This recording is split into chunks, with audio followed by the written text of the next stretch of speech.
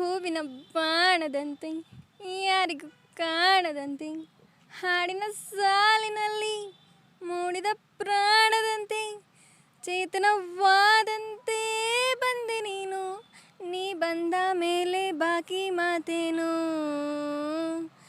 ಹಾ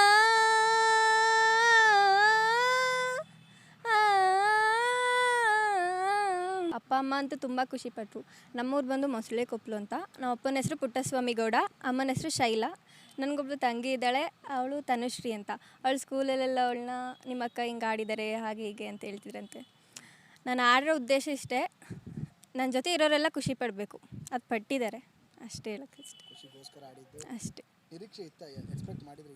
ಎಕ್ಸ್ಪೆಕ್ಟ್ ಮಾಡಿರಲಿಲ್ಲ, ಎಲ್ಲರೂ ಖುಷಿ ಪಟ್ಟಿದ್ದಾರೆ. ಅವ್ರ ಖುಷಿನೇ ನಮ್ಮ ಖುಷಿ ಅಂದ್ಕೊಂಡಿರ್ಬೇಕಷ್ಟೆ. ನನ್ನ ಖುಷಿನ ನಾನು ಎಕ್ಸ್ಪ್ರೆಸ್ ಮಾಡ್ಕೊಳಕ್ಕೆ ಆಗ್ತಿರೋ ಎಷ್ಟು ಖುಷಿ ಆಗ್ತಿದೆ ನನಗೆ. ನನ್ನ ಫ್ರೆಂಡ್ಸ್ ಗ್ರೂಪ್ ಅಟೆಂಪ್ಟಲ್ಲಿ ಅವರೆಲ್ಲ ಖುಷಿ ಪಡಲಿ, ಡ್ಯಾನ್ಸ್ ಮಾಡಿ ಸುಸ್ತಾಗಿದ್ರಲ್ಲ ಅಂತ ಖುಷಿ ಪಡಲಿ ಅಂತ ಆಡ್ತಿದ್ದೆ. ಅದನ್ನು ಸರ್ ನೋಡಿ ವಿಡಿಯೋ ಮಾಡಿ ಹಾಕಿದ್ದು. ಅದಿಷ್ಟೊಂದು ಫೇಮಸ್ ಆಗುತ್ತೆ ಅಂತ ನನಗೂ ಗೊತ್ತಿರಲಿಲ್ಲ. ಆ ಥರ ಏನಿರಲಿಲ್ಲ. ಹಾಸ್ಟೆಲಲ್ಲಿ ಅವಾಗವಾಗ ಆಡ್ತಿದ್ದು. ಆ ಸಾಂಗ್ ಮಾತ್ರ ಹಾಸ್ಟೆಲಲ್ಲಿ ಆಡ್ತೀನಿ ಅಂತ. ಅದೇ ಆಗಲೇ ಹೇಳ್ದಂಗೆ ನನಗೆ ಹೇಳ್ಕೊಳಕ್ಕಾಗ್ತಿಲ್ಲ. ನಮ್ಮ ಅಪ್ಪ ಅಮ್ಮ ಕೂಡ ತುಂಬ ಖುಷಿ ಪಡ್ತಿದ್ದಾರೆ, ನನಗೂ ಖುಷಿ. ಅದು ನಾನು ಗುಡ್ ಲಕ್ ಅನ್ಕೊತೀನಿ. ಯಾಕಂದರೆ ಯಾರೂ ಕೆಟ್ಟದಾಗ ಟ್ರೋಲ್ ಮಾಡಿಲ್ಲ. ಆ ಥರ ತಪ್ಪು ನಾನೇನು ಮಾಡಿಲ್ಲ, ಅಷ್ಟೇ.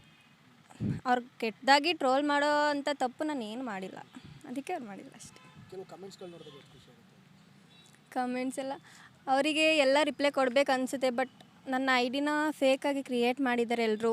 ಸುಮಾರು 150-200 ತನಕನೂ ಕ್ರಿಯೇಟ್ ಮಾಡಿದ್ದಾರೆ. ಅದೆಲ್ಲ ಮತ್ತೆ ಟ್ರೋಲ್ ಆಗುತ್ತೆ ಅಂತ ಸುಮ್ಮನೆ ಆಗಿಬಿಟ್ಟಿದ್ದೀನಿ. ರಿಪ್ಲೈ ಕೊಡೋಕ್ಕಾಗ್ತಿಲ್ಲ, ತುಂಬ ಖುಷಿ ಆಗ್ತಿದೆ ಅವ್ರಿಗೆ. ಹೂವಿನ ಬಾಣದಂತೆ ಯಾರಿಗೂ ಕಾಣದಂತೆ ಹಾಡಿನ ಸಾಲಿನಲ್ಲಿ ಮೂಡಿದ ಪ್ರಾಣದಂತೆ ಚೇತನವಾದಂತೆ ಬಂದೆ ನೀನು ನೀ ಬಂದ ಮೇಲೆ ಬಾಕಿ ಮಾತೇನು ಹಾ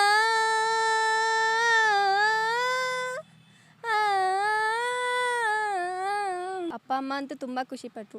ನಮ್ಮೂರು ಬಂದು ಮೊಸಳೆ ಕೊಪ್ಪಲು ಅಂತ. ನಮ್ಮ ಅಪ್ಪನ ಹೆಸರು ಪುಟ್ಟಸ್ವಾಮಿ ಗೌಡ, ಅಮ್ಮನ ಹೆಸರು ಶೈಲಾ.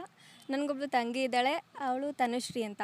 ಅವಳು ಸ್ಕೂಲಲ್ಲೆಲ್ಲ ಅವಳನ್ನ ನಿಮ್ಮ ಅಕ್ಕ ಹಿಂಗೆ ಆಡಿದ್ದಾರೆ ಹಾಗೆ ಹೀಗೆ ಅಂತ ಹೇಳ್ತಿದ್ರಂತೆ. ನಾನು ಆಡಿರೋ ಉದ್ದೇಶ ಇಷ್ಟೇ, ನನ್ನ ಜೊತೆ ಇರೋರೆಲ್ಲ ಖುಷಿ ಪಡಬೇಕು, ಅದು ಪಟ್ಟಿದ್ದಾರೆ ಅಷ್ಟೇ, ಹೇಳೋಕ್ಕೆ ಅಷ್ಟೇ. ಎಕ್ಸ್ಪೆಕ್ಟ್ ಮಾಡಿರಲಿಲ್ಲ, ಎಲ್ಲರೂ ಖುಷಿ ಪಟ್ಟಿದ್ದಾರೆ. ಅವ್ರ ಖುಷಿನೇ ನಮ್ಮ ಖುಷಿ ಅಂದ್ಕೊಂಡಿರ್ಬೇಕಷ್ಟೆ. ನನ್ನ ಖುಷಿನ ನಾನು ಎಕ್ಸ್ಪ್ರೆಸ್ ಮಾಡ್ಕೊಳಕ್ಕೆ ಆಗ್ತಿರೋ ಎಷ್ಟು ಖುಷಿ ಆಗ್ತಿದೆ ನನಗೆ.